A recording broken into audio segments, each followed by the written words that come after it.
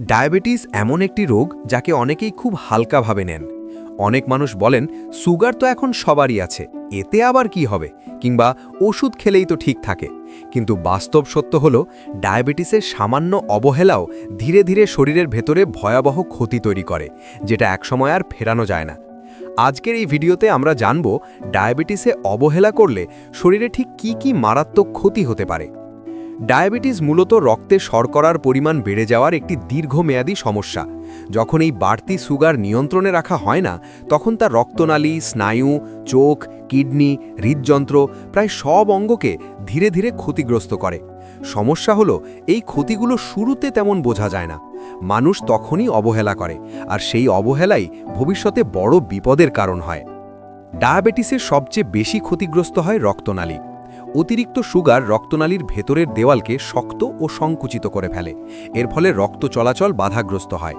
এই কারণেই ডায়াবেটিস রোগীদের হার্ট অ্যাটাক ও স্ট্রোকের ঝুঁকি সাধারণ মানুষের তুলনায় কয়েক গুণ বেশি। অনেকেই জানেন না ডায়াবেটিসে চোখের ভয়াবহ ক্ষতি হতে পারে। দীর্ঘদিন সুগার নিয়ন্ত্রণে না থাকলে চোখের রেটিনার ক্ষুদ্র রক্তনালী নষ্ট হয়ে যায়, যাকে ডায়াবেটিক রেটিনোপ্যাথি বলা হয়। শুরুতে ঝাপসা দেখা, পরে দৃষ্টিশক্তি কমে যাওয়া এবং একসময় স্থায়ী অন্ধত্ব পর্যন্ত হতে পারে। কিডনিও ডায়াবেটিসের বড় শিকার। কিডনি আমাদের শরীরের বর্জ্য ছেঁকে বের করে দেয়, কিন্তু দীর্ঘদিন উচ্চ সুগার কিডনির ফিল্টারিং সিস্টেম ধ্বংস করে দেয়। অনেক ক্ষেত্রে রোগী বুঝতেই পারেন না যে তার কিডনি ধীরে ধীরে নষ্ট হয়ে যাচ্ছে। শেষ পর্যায়ে গিয়ে ডায়ালিসিস বা কিডনি ট্রান্সপ্লান্ট ছাড়া আর কোনো উপায় থাকে না। ডায়াবেটিসে স্নায়ু ক্ষতিগ্রস্ত হওয়াকে বলা হয় ডায়াবেটিক নিউরোপ্যাথি। এর ফলে হাত পায়ে ঝিনঝিনি, জ্বালা পড়া, অবশ ভাব বা ব্যথা অনুভূত হয়। অনেক সময় পায়ে কেটে গেলে বা ক্ষত হলেও ব্যথা লাগে না, ফলে রোগী গুরুত্ব দেয় না।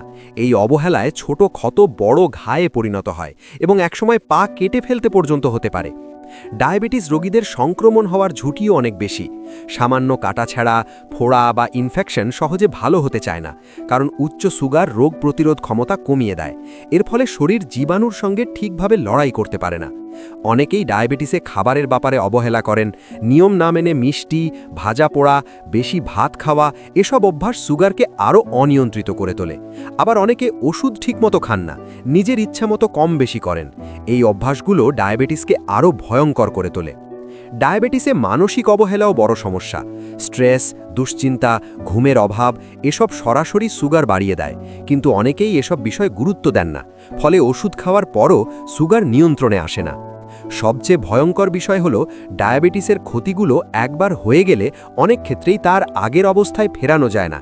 চোখের দৃষ্টি, কিডনির কার্যক্ষমতা, স্নায়ুর ক্ষতি এসব স্থায়ী হয়ে যেতে পারে।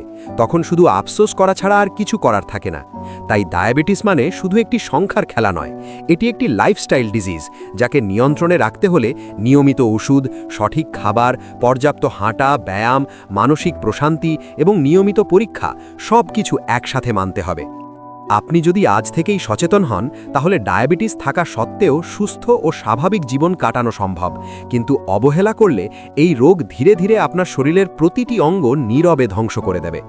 এমন গুরুত্বপূর্ণ স্বাস্থ্য সচেতনতার ভিডিও নিয়মিত পেতে এখনই হেলথ কথা চ্যানেলটি সাবস্ক্রাইব করুন। ভিডিওটি ভালো লাগলে লাইক দিন এবং আপনার প্রিয়জনদের সঙ্গে শেয়ার করুন, কারণ সচেতনতা অনেক সময় জীবন বাঁচায়।